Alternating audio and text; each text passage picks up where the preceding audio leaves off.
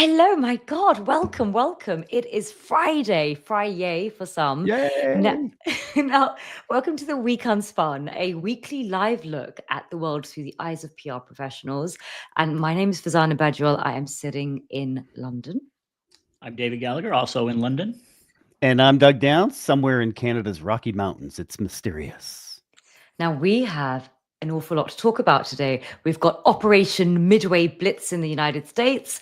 Quick take on what brands and communications can learn from President Trump, a new report on leading the era of compounding crisis, and we're going to explain that and unravel UK government logo. Oh dear, something not quite right has happened there. Did you see that? And then also, and if we have time, we're also going to talk about my discussion that I had with the Beeb about the upcoming Netflix biopic on Victoria Beckham.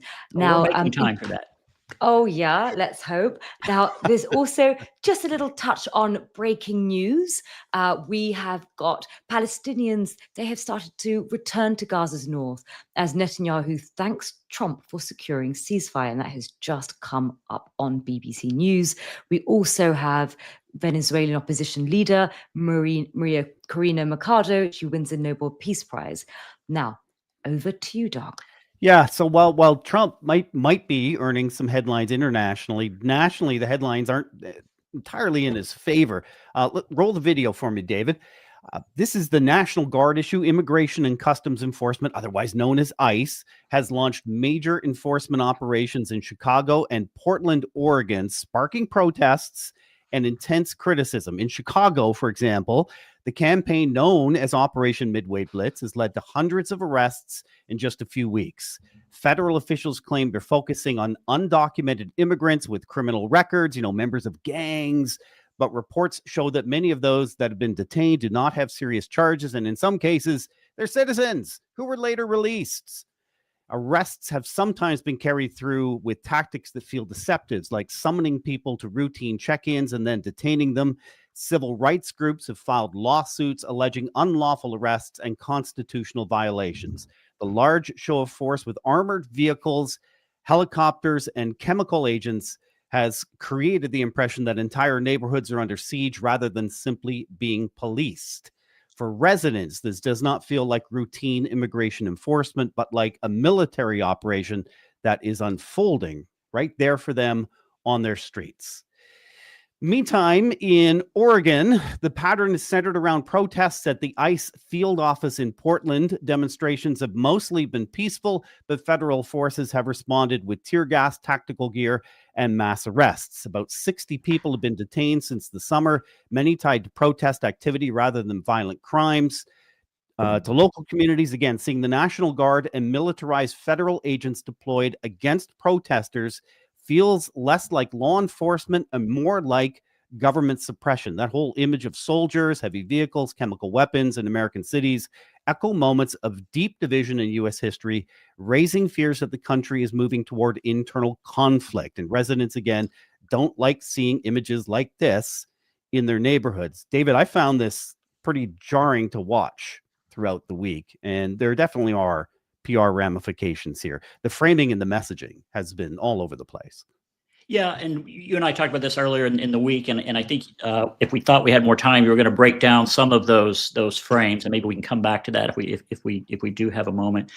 I think sometimes we had this opportunity in this discussion to step back a little bit and think, what are some of the bigger questions or conversations we could be having as PR people?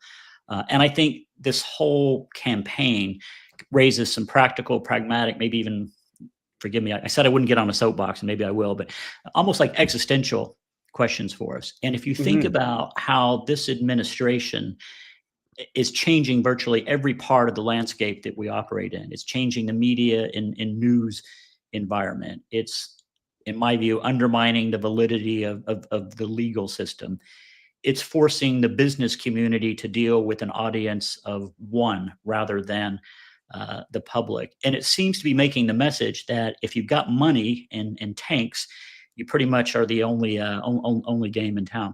And I guess what I'm getting at is that if public opinion is being made not to matter, why do we matter? What's the role of the PR person in a world where public opinion has been put to the side? I think that's what we're seeing unfold in slow motion, and I really hope that these interventions aren't just setting the stage for intentional violence against American citizens. And the juxtaposition of Trump's persona, his narrative internationally. I mean, Farzana talked about it off the top, being portrayed, at least in the Jerusalem Post, as a peacemaker. Locally, it depends on which outlet you watch, read, listen to. Peacemaker or war maker has changed one department from Department of Defense to Department of War, right? So the entire narrative about his persona is changing. Yeah, very well could. I know you wanted to maybe kind of extending on this story, kind of, what sort of lessons can we glean from Trump's communication style? Well, there are some positive things. Andy West had a great post, and Farzana, I think you are or were part of the panel on Trump and his communication style. And I said to Andy online, Trump is the most effective communicator of our age. Fight me. And he said, no fight. And he said, no fight. He said, you're right. Whether the effect is good or bad, that's the whole discussion. Farzana and I did an interview for our Stories and Strategies podcast with Mark Lowe. And it doesn't come out until October 21st, but we did the interview last week. And Mark really touched on something that Trump does extremely well. And he called it the big good idea. theater for us to study as PR pros when it comes to the attention economy, Mark? Always, and it always has been, not just in terms of the attention economy, but throughout history. I think the two things feed each other. So obviously there are learnings that come from the commercial space and the branding space that come into politics. I think in our present moment, brands probably have more to learn from politicians than the other way around. So I would say, whatever you think of Trump or whatever your political approach is, he is a genius attention entrepreneur. Yes. And I think that it's no accident that his background was effectively as a TV producer, because this is the first thing that he understands. He also understands the power of like a mimetic idea. So a big idea which symbolizes something really important. So the building of the wall is the sort of prime example of that on the right. Build that wall. It's not a realistically achievable thing, but it is totemic. It symbolizes something a lot bigger. When does that air, Doug? The full interview? October 21, so not next Tuesday after. Okay, I got to give you a quick reaction, and I probably will be a little more passionate on this. And I'm kind of responding, obviously, as an American. I'm involved with several pro-democracy organizations, and I recoil when people start a conversation saying whatever you think about Trump, because I kind of know what's going to come after that. So putting that to one side, I do struggle with trying to reduce the administration's policies to a case study for brands. That to me, that's like saying, what are the management lessons we can learn from Vladimir Putin? I think maybe there's a lesson you could learn, but I don't know if that's the source I would go to. And these studies, these case studies, it's not the same as the Gwyneth Paltrow astronomer case that we talked about a few weeks ago, or the Cracker Barrel issue and its logo. I know Mark, and I think he's a thoughtful guy, so I don't mean to criticize this based on one little clip of an interview that I haven't fully seen yet.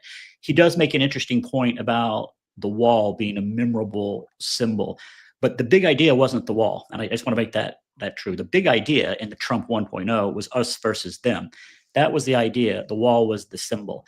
I think in Trump 2.0, and as your first story suggested, the new big idea is the enemy within. And I don't really know what the symbol is going to be for that. But so I do have to point out, I'm very, very reluctant to pretend like this is a abstract clinical analysis of a great TV presenter, and that there are not real world implications to what he's trying to do and what these policies are. Farzana, what was when you heard Mark speaking? You heard the whole interview. So what was your take? I think it's a fascinating age for communication, and you can't reduce it down to, one or three lessons learned from the Trump administration. I mean, for instance, if you look at his advisors around him, both in his first sort of tenure as well as the second, you had advisors like Steve Bannon who would talk about actually the art of using sort of a velocity of messaging that just flows one after the other, so much so that the opposition doesn't have time, because they're always on a back foot, to actually counter the narratives put in. And so you do have an awful lot of sort of thinking in how to really undermine, the opposition. So I think there are a lot of takeaways, but I think that there are so many that you actually have to sort of go into one particular aspect and then draw the lessons rather than, the entire administration. I mean, every day there are lessons to be learned in terms of what's effective and what hasn't been effective. So and also I think the other aspect is what's been really fascinating is that consistent drumbeat of messaging of undermining sort of legacy media, fake news. So there are an awful lot of lessons. And I think that, I think it's important that people like us as PRs, that we can be independent and talk about Trump from an effective communications perspective without getting mired into polarized debates about where we're aligned or not aligned politically. And I think that's what's really hard when people talk about Trump and his administration in terms of communications, is that they start wading into what their own sort of value systems are and whether they're pro or against. And I think that's the sad aspect of polarization, is we lose that critical thinking. And we stop having that sort of independent lens of scrutinizing effective communications if we just love or hate him. It just creates a lens that distorts, and it's not useful for people who want to learn about public relations. So I'm biting my tongue, and as Farzana knows, there was a panel that I was invited off of for fear that I might not be able to unstick myself from the political lens. So I'm trying not to do that here. But I have to say, as communications advisors, are we really saying that the lessons we can learn from this administration is flood the zone with misinformation, challenge every institution and system, blackmail the media environment? Is that really what we're saying to the lessons we can learn? Are there actual discernible, useful, positive messages? And if we are we going to shine a light on things like the wall? And I say, in my view, normalize using symbols for bigger ideas that I don't think any of us would actually support in any context or environment. And I just feel like we're running the risk of trivializing and normalizing acts from this administration's in the communication space that we're going to regret. We're going to look back and say, we probably didn't see this for what it was, and we tried to make it similar to any other type of case study that we'd look at. And I just think that's a dangerous thing for us to do. But I'll get off my soapbox now, because I know we got other things. I like what, and I'm going to say Patty, because I'm not sure if I say Padraig, if I'm saying that right. So sorry, being on this side of the pond.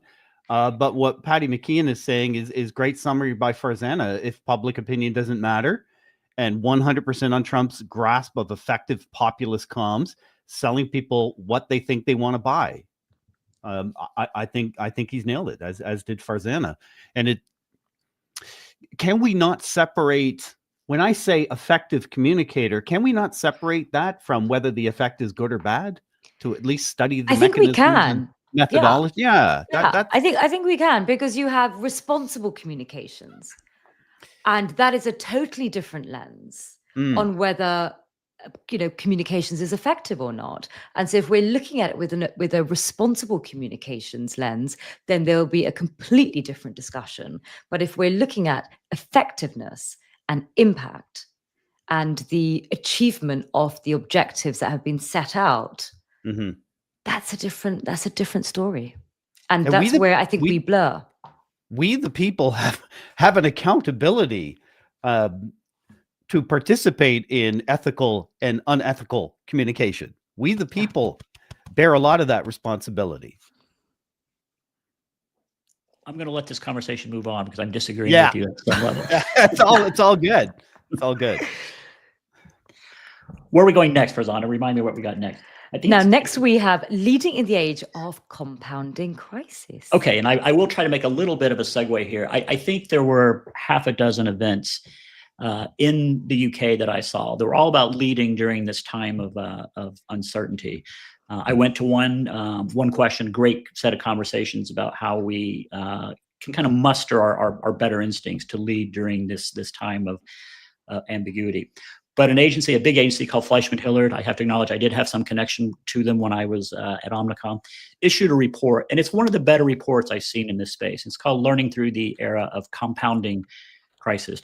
I like that for a couple of reasons. One, my own firm, consultancy, uses the word compound. So I think it's an interesting way of looking at the cumulative effect. So we can no longer look at a crisis and put it in a certain category on the shelf. It does have a complexifying cumulative effect, and it tends to morph into other types of issues. They touch on a lot of issues that are personal areas of interest of mine. Misinformation. I've been trying for at least 2 years to get companies to think about this as a corporate issue rather than as just a government or public health issue. They talk about cybersecurity, kind of related to misinformation. They talk about geopolitical uncertainty. This is the last thing I'll probably say about Trump today. Nobody wants to actually label that. I've been in 50 meetings with chief communications officers, and they will talk about American policy. They'll talk about geopolitical uncertainty, but they don't want to name what's actually happening and what's behind that. I'll put that to one side. The thing that I thought was really interesting, though, and I did want your in particular reaction, Farzana, they talked about crisis as an impact on profit.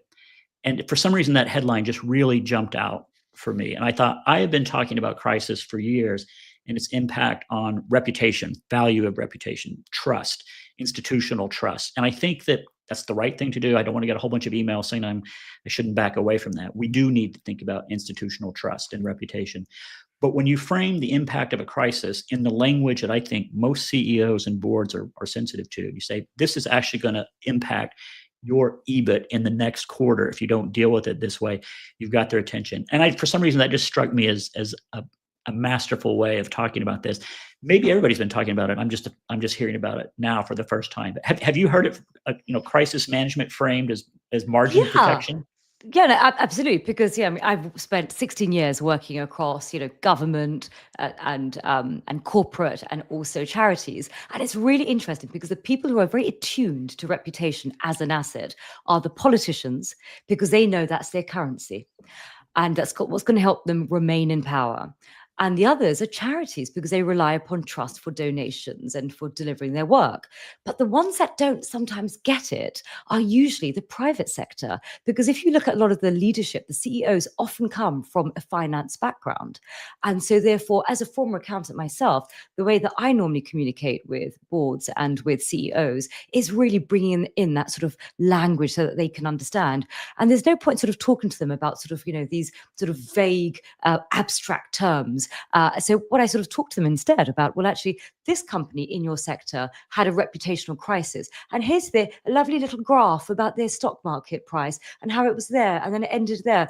And that's enough to sort of scare the bejesus out of them into actually understanding the value of it. So I think, going to sort of leadership in the corporate world, particularly those with a financial background, and often it's the CFOs who also release the budgets for the comms side, is really speaking in their language. And that's classic PR.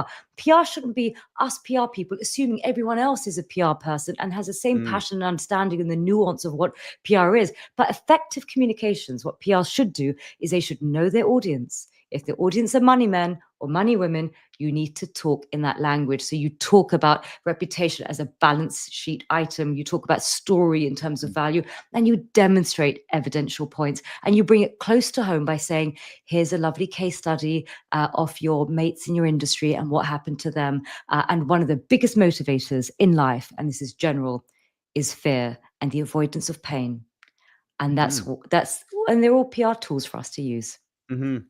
There was an Oxfam study done, I think it's about 10 years ago, looking at the impact of crisis on stock prices. Because it always fascinated me, the BP oil spill, right? And in crisis training, we're always using that example. And what the Oxfam study found basically was the perception of how a company's responded to a crisis is the impact on stock price. So if the company is perceived to have responded poorly, there's absolutely a negative effect on the stock price, and it does tick back upward, but it's very slow, as in a couple of years to get back to where it was.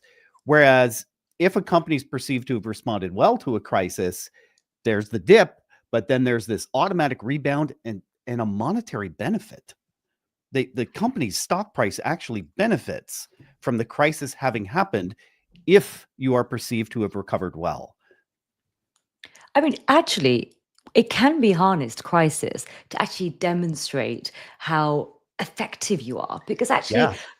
if you look at it, crisis, I think the Chinese, they have a double meaning for the word crisis. Yeah, I've heard that. It also means opportunity. And I think you look at crisis as an opportunity to demonstrate to your stakeholders, both internal and external, that, you know what? We've got it. Because the biggest issue in crisis is not actually the underlying crisis, it's actually the response to it. Time and time again, we see it all again. A non-apology, sorry, not sorry, late apology, not sort of, really getting a handle and a grip on it. I'm sort of sorry if analysis you were paralysis. offended. I'm sorry if you didn't understand. Yeah, clearly your issue, not mine. And so that is the issue. So I think when a crisis happens in your organization, instead of thinking, actually think to yourself, oh, let's lean in. Here's an opportunity. Let's demonstrate we know what we're doing, and let's just make sure. And it's not rocket science. An apology, it should be an apology. It should be heartfelt, quick, and none of it is complicated. But it's extraordinary how every time there's a public crisis, us PRs get together and say, what were they thinking?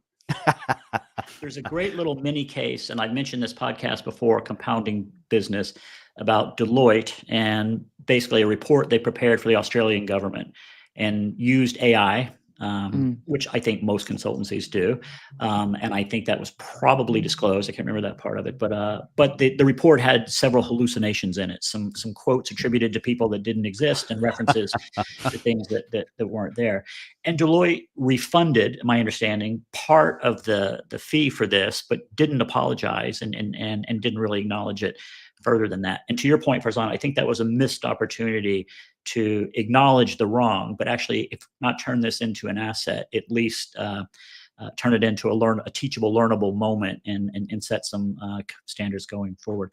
And I think if I remember what we were going to talk about, we got something similar, right? And I haven't followed this story. I know you have, but Speaking of teachable, learnable moments, this might be one for the government in the UK. I want to show you the logo or the brand refresh that they've done. Now, as I understand, is the previous UK government logo, black and white, pretty simple. And below, I would call this a logo refresh, okay? And I don't even know if that's royal blue, but it's some form of blue, and the dot has been moved up slightly. I think it's a little larger. All good. Now, where this becomes contentious, the teachable moment is, according to public records, the cost for this, drum roll. Oh, look at that. Somebody. I don't know if that's David or Emily, but that is outstanding. That was me, actually. Oh, what's that? Oh, that's Farzana. I've been dying to use the drum roll. £500,000, or in dollars, in US dollars, I'm going to call that $800,000 US. $800,000 to change black and white to blue and move a dot. There was a Freedom of Information request. Gentleman named Matt Easton said, okay, might be a lot going into this. Can you share the study work that you did that resulted in this very slightly nuanced logo? And the response from the UK government, no comment. So we're left with $800,000, £500,000. I have to adjust my European pricing for the services that I seek to provide in the UK. This is I'll leave that to the two of you as ratepayers in the UK. Are you happy with this? I think the conversion you did was actually Canadian dollars, but I don't know I honestly don't know the story. I didn't know it until you mentioned it earlier. So I would have to reserve comment till I really understood it. But on the surface, it appears to be a questionable expenditure of funds. I would say that, I mean, I've got a friend who's a brand strategist and works in a brand agency, and I often have conversations like I do with my other sort of professional service firms, to find out, what you do, how much you charge, and I am so envious they have big numbers that they charge, and they sort of wrap it around in this mystique of, you know, sort of alchemy. I mean, do you know how much work us PRs would have to do to bill 400 grand worth of work? And Exactly. then we'll be chewed to bits about, you know, KPIs and measurements and dismissed, and, you know, and then here, you know, a branding person walks in, moves a dot around, and then whacks them with almost £500,000, you know, invoice. So I think the biggest scandal is how much branding people charge versus us. But saying that, I do know the most incredibly talented brand strategists, and it is actually incredible what they can do and the impact. But they also charge very differently. Like, I've got a friend of mine who does font design for all the big brands. He has retired early. Why? Because actually he charges royalty on those sort of logos Oh my every gosh. year in perpetuity until there's another brand refresh. So I think the real story is us PRs need to speak to our branding brethren and find out how they charge, how we can charge like that, and how we can get away with $500,000. But of course, they need us now to sort out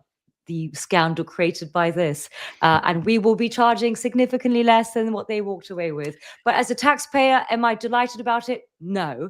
Right. Do I think, you know, thank God for the freedom of information that we could actually get this information. And what would be very telling is what the government response will be. You know, as one of our tuned in community just said, never let a good crisis go to waste. Let's see what the government does about this crisis and what they come out with. Are they going to kick it into the long grass, or are they going to confront it?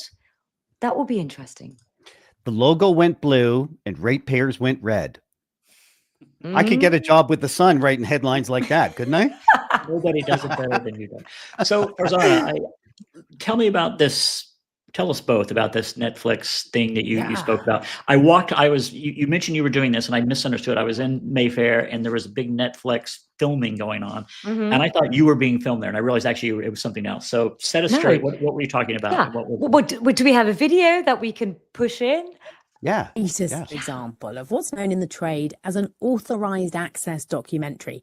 To assess the PR strategy for brand Beckham, I was joined by Farzana Baduel, founder of public relations company Curzon PR. I think you get an inkling of the strategic thinking behind the documentary in terms of the timing. So they dropped the trailer a couple of weeks ago. Fashion month, September. Happens to have a fashion brand. As we speak, there's a pop-up at Selfridges. And so there's definitely a commercial play. And I think if you think about the brand trajectory of Victoria Beckham's fashion brand, it was loss-making for a number of years, and it turned a corner when they went into beauty. But also what happened when they went into beauty, all of a sudden, she had to attract a mass market because a lot of people couldn't afford a £2,000 jacket or skirt. And so she didn't have to go and do the sort of the mass play. But now with everyone can buy a bit of Victoria Beckham with an eyeliner, for instance. And so actually having a documentary in Netflix with a mass appeal, a mass sort of exposure really helps from a commercial perspective. So, I mean, basically what happened is the BBC producer was looking for a PR spokesperson, came across this show, The Week Unspun, and invited me in to come and have a chat about it.